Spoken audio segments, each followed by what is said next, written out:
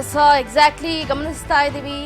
ಬರೋಬ್ಬರಿ ಒಂದು 15 ದಿನಗಳಿಂದಲೂ ಕೂಡ ಮೂಡ ಹಗರಣದ ಸದ್ದು ಗದ್ದಲ ರಾಜ್ಯ ಅಷ್ಟೇ ಅಲ್ಲದೆ ರಾಷ್ಟ್ರ ಮಟ್ಟದಲ್ಲಿ ಬಹಳ ದೊಡ್ಡ ಮಟ್ಟದಲ್ಲಿ ಚರ್ಚೆಗೆ ಗ್ರಾಸ ಆಗ್ತಾ ಇದೆ. ಸಿಎಂ ಸಿದ್ದರಾಮಯ್ಯನವರು ಹೇಳ್ತಾ ಇರುವಂತಹ ಮಾತೊಂದೇ ಒಂದು, ನನ್ನ ಪಾತ್ರ ಇಲ್ಲ, ನನ್ನ ಪತ್ನಿಗೆ ಕಾನೂನುಬದ್ಧವಾಗಿ ನಾವು ಭೂಮಿಯನ್ನ ಕೊಟ್ಟಿದ್ದೀವಿ. ಮೂಡ ಹಗರಣದಲ್ಲಿ ಪಾತ್ರವನ್ನ ನಿರಾಕರಿಸಿಬಿಟ್ಟಿದ್ದಾರೆ ಕರ್ನಾಟಕದ ಮುಖ್ಯಮಂತ್ರಿ ಸಿದ್ದರಾಮಯ್ಯನವರು. ಇನ್ನಷ್ಟೇ ಪತ್ರಿಕಾಗೋಷ್ಠಿಯಲ್ಲೂ ಕೂಡ ಮಾತಾಡಿದ್ರು. ತಮ್ಮ ಪತ್ನಿ ಪಾರ್ವತಿ ಅವರಿಗೆ ಮೂಡಾದಿಂದ ಭೂ ಮಂಜೂರಾತಿಗೆ ಸಂಬಂಧಪಟ್ಟಂತೆ ದಾಖಲೆಗಳನ್ನ ಬಿಡುಗಡೆ ಮಾಡಿದ್ರು. ಮೂಡ ಹಗರಣದಲ್ಲಿ ತಮ್ಮ ವಿರುದ್ಧ ವಿರೋಧ ಪಕ್ಷಗಳು ಮಾಡಿರುವಂತಹ ಆರೋಪಗಳನ್ನ ತಳ್ಳಹಾಕಿಬಿಟ್ಟಿದ್ದಾರೆ ಮುಖ್ಯಮಂತ್ರಿಗಳು. ಈ ಹೇಳಿಕೆಯನ್ನ ಕೊಡುವುದರ ಮುಖಾಂತರ ತಮ್ಮ ಕುಟುಂಬದ ಸದಸ್ಯರ ಪಾತ್ರ ಇಲ್ಲ, ನನ್ನ ಹೆಂಡತಿ ಪಾರ್ವತಿ ಸಿದ್ದರಾಮಯ್ಯನವರದ್ದು ಇದರಲ್ಲಿ ಪಾತ್ರ ಇಲ್ಲ, ನನ್ನ ಭಾಮೈದ ಮಲ್ಲಿಕಾರ್ಜುನ್ ಅವರದ್ದು ಪಾತ್ರ ಇಲ್ಲ, ಮುಖ್ಯವಾಗಿ ನನ್ನ ಪಾತ್ರ ಅಂತೂ ಇಲ್ಲವೇ ಇಲ್ಲ ಅಂತ ಮುಖ್ಯಮಂತ್ರಿಗಳು ಕಡಾಖಂಡಿತವಾಗಿ ಹೇಳಿಬಿಟ್ಟಿದ್ದಾರೆ. ಈಗಾಗಲೇ ಒಂದು ಕಡೆ ಬಿಜೆಪಿ ಹಾಗೆ ಜೆಡಿಎಸ್ ಮುಖ್ಯಮಂತ್ರಿ ಸಿದ್ದರಾಮಯ್ಯನವರು ಇನ್ನೇನು ರಾಜೀನಾಮೆ ಕೊಟ್ಟರೆ ಬಿಟ್ಟು ಅನ್ನೋ ಕಾನ್ಫಿಡೆಂಟ್ನಲ್ಲಿ ಇದ್ದಾರೆ. ಆಗಸ್ಟ್ 10ನೇ ತಾರೀಕು ಒಳಗಡೆ ಮುಖ್ಯಮಂತ್ರಿಗಳು ಅವರ ಸ್ಥಾನಕ್ಕೆ ರಾಜೀನಾಮೆ ಕೊಡ್ತಾರೆ, ಬೇಕಾದ್ರೆ ನೋಡ್ಕೊಂಡಿರಿ ಅಂತ ಒಂದು ಸ್ಟ್ರಾಂಗ್ ಮೈಂಡ್ನಲ್ಲಿ ಇದ್ದಾರೆ. ಮುಖ್ಯಮಂತ್ರಿಗಳು ಮಾತ್ರ ಕುರ್ಚಿ ಬಿಟ್ಟು ಅಲ್ಲಾಡ್ತಾ ಇಲ್ಲ. ಇದರಲ್ಲಿ ಯಾರು ಗೆಲ್ತಾರೆ, ಯಾರು ಸೋಲ್ತಾರೆ ಅನ್ನೋದೇ ಒಂದು ದೊಡ್ಡ ಮಟ್ಟದ ಪ್ರಶ್ನೆ ಆಗ್ತಾ ಇದೆ. ಇಲ್ಲಿ ಬಿಜೆಪಿ ಹಾಗೆ ಜೆಡಿಎಸ್ನ ನಾಯಕರು ಅವರೇ ರಾಜೀನಾಮೆಯನ್ನ ಕೊಟ್ಟರೆ ಉತ್ತಮ, ಇಲ್ಲಾಂದ್ರೆ ಇದು ದೊಡ್ಡ ಮಟ್ಟದಲ್ಲಿ ಚರ್ಚೆ ಆಗುತ್ತೆ, ಅದಕ್ಕೆ ತಕ್ಕನಾಗಿ ನಾವು ಇನ್ನು ಉತ್ತರವನ್ನ ಕೊಡಬೇಕು, ಕೊಡ್ತೀವಿ ಅಂತ ಮೈತ್ರಿ ನಾಯಕರು ಸೆಟೆದು ನಿಂತಿದ್ದಾರೆ. ಸಿದ್ದರಾಮಯ್ಯನವರು ಮಾತ್ರ ಇದಕ್ಕೆ ಸಂಬಂಧಪಟ್ಟಂತಹ ದಾಖಲೆಗಳನ್ನು ಬಿಡುಗಡೆ ಮಾಡಿದ್ರು. ತಮ್ಮ ಪತ್ನಿಗೆ ಪರ್ಯಾಯ ನಿವೇಶನ ಮಂಜೂರು ಮಾಡಿರೋದು ಅಭಿವೃದ್ಧಿ ಪ್ರಾಧಿಕಾರ ಮಾತ್ರ ತೆಗೆದುಕೊಂಡಿರುವ ನಿರ್ಧಾರ ಅಂತ ಸಿಎಂ ಸಿದ್ದರಾಮಯ್ಯನವರು ಸ್ಪಷ್ಟಪಡಿಸಿದ್ರು. ಇದರಲ್ಲಿ ನಾನು, ನನ್ನ ಪತ್ನಿ ಅಥವಾ ನನ್ನ ಸೋದರ ಮಾವ ಮಲ್ಲಿಕಾರ್ಜುನ್ ಸ್ವಾಮಿ ಅವರ ಪಾತ್ರ ಏನೂ ಇಲ್ಲ, ನಾನು ಕ್ಲೀನ್ ಹ್ಯಾಂಡ್, ಇಲ್ಲಿವರೆಗೂ ಕೂಡ ನಾನು ಒಂದು ಬ್ಲ್ಯಾಕ್ ಮಾರ್ಕ್ ಅನ್ನ ತಗೊಂಡು ಬಂದವನು ಅಲ್ವೇ ಇಲ್ಲ, ಎಲ್ಲ ಗೊತ್ತಿದ್ದು ನಾನು ಇಂತಹ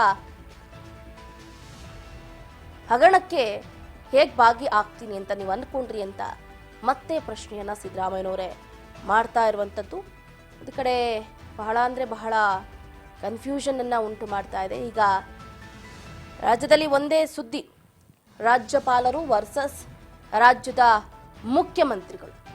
ಮೂಡ ಹಗರಣದ ಕೇಸ್ ಎಲ್ಲಿಗೆ ಬಂದು ಮುಟ್ಟುತ್ತೆ? ಬಿಜೆಪಿ ಜೆಡಿಎಸ್ ಮಾಡ್ತಾ ಇರುವಂತಹ ಪಾದಯಾತ್ರೆಗೆ ಏನಾದರೂ ಲಾಭ ಆಗುತ್ತಾ? ಮೈತ್ರಿ ನಾಯಕರು ಮಾಡ್ತಾ ಇರುವಂತಹ ಈ ಪಾದಯಾತ್ರೆಯಿಂದ ಮುಖ್ಯಮಂತ್ರಿಗಳು ಅವರ ಸ್ಥಾನಕ್ಕೆ ರಾಜೀನಾಮೆಯನ್ನ ಕೊಡ್ತಾರಾ? ಈ ರೀತಿಯಾದಂತಹ ಯಕ್ಷ ಪ್ರಶ್ನೆಗಳು ಮೂಡ್ತಾನೆ ಇದೆ, ಕಾದು ನೋಡಬೇಕಾಗುತ್ತೆ. ಪ್ರೆಸೆಂಟ್ ಸಿದ್ದರಾಮಯ್ಯನವರ ಕುಟುಂಬಕ್ಕೆ ಸಂಕಷ್ಟ ಅಂತೂ ಕಟ್ಟಿಟ್ಟ ಬುತ್ತಿ. ಅವ್ರು ಏನು ಮಾಡಿದ್ರೂ ಕೂಡ ಈಗ ತಪ್ಪಾಗಿ ಕಾಣಿಸ್ತಾ ಇದೆ, ಹಗ್ಗ ಹಾವಾಗ್ತಾ ಇದೆ. ಅಷ್ಟರ ಮಟ್ಟಿಗೆ ಬಿಜೆಪಿ ಹಾಗೆ ಜೆಡಿಎಸ್ನ ನಾಯಕರು ಬಿಂಬಿಸ್ತಾ ಇದ್ದಾರೆ. ನೋಡ ಹಾಗಾದ್ರೆ ಈತ ಕಾಂಗ್ರೆಸ್ನ ಹೈಕಮಾಂಡ್ ನಾಯಕರು ಕೂಡ ರಾಜ್ಯಕ್ಕೆ ನಾಳೆ ಆಗಮಿಸ್ತಾ ಇದ್ದಾರೆ. ವಿತ್ ಅಡ್ವೊಕೇಟ್ಸ್ ಜೊತೆನೇ ಬರ್ತಾ ಇದ್ದಾರೆ. ಕೂಲಂಕುಷವಾಗಿ ಮುಖ್ಯಮಂತ್ರಿ ಸಿದ್ದರಾಮಯ್ಯನವರ ಜೊತೆ ಮಾತಾಡ್ತಾರೆ. ಇದರಲ್ಲಿ ಏನ್ ತಪ್ಪಾಗಿದೆ? ನೀವು ಈ ಹಗರಣದಲ್ಲಿ ಭಾಗಿಯಾಗಿದ್ದು ನಿಜಾನಾ? ಯಾವಾಗ ಈ ಸೈಟ್ ಹಂಚಿಕೆ ಆಯಿತು? ಅದಾದ ನಂತರ ನೀವು ಯಾರಿಗೆ ಸೈಟ್ ಅನ್ನ ಕೊಟ್ರಿ? ಹೀಗೆ ಹಲವಾರು ಪ್ರಶ್ನೆಗಳನ್ನ ಕೇಳೋದ್ರ ಮುಖಾಂತರ ಒಂದು ಕ್ಲಾರಿಟಿ ಪಿಕ್ಚರ್ ಅನ್ನ ತಗೊಳ್ತಾರೆ.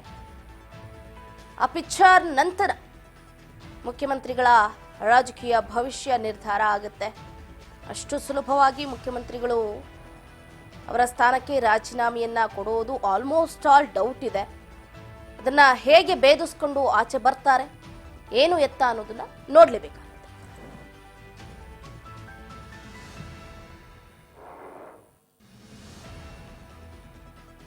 ಹೆಸರಿನ ಮೂಡ ಹಗರಣದಿಂದ ಸಿಎಂ ಸಿದ್ದರಾಮಯ್ಯನವರು ಬಚಾವಾಗುವಂತಹ ಸಾಧ್ಯತೆಯೂ ಕೂಡ ದಟ್ಟವಾಗಿದೆ. ಹಗರಣ ನಡೆದ ದಿನದಿಂದ ಕೇಸ್ ನಡೆದರೆ ಕಷ್ಟ ಎನ್ನಲಾಗ್ತಾ ಇದೆ. ಹಗರಣ ಏನಿದೆಯಲ್ಲ, ಇದು ಬೆಳಕಿಗೆ ಬಂದ ದಿನದಿಂದಲೂ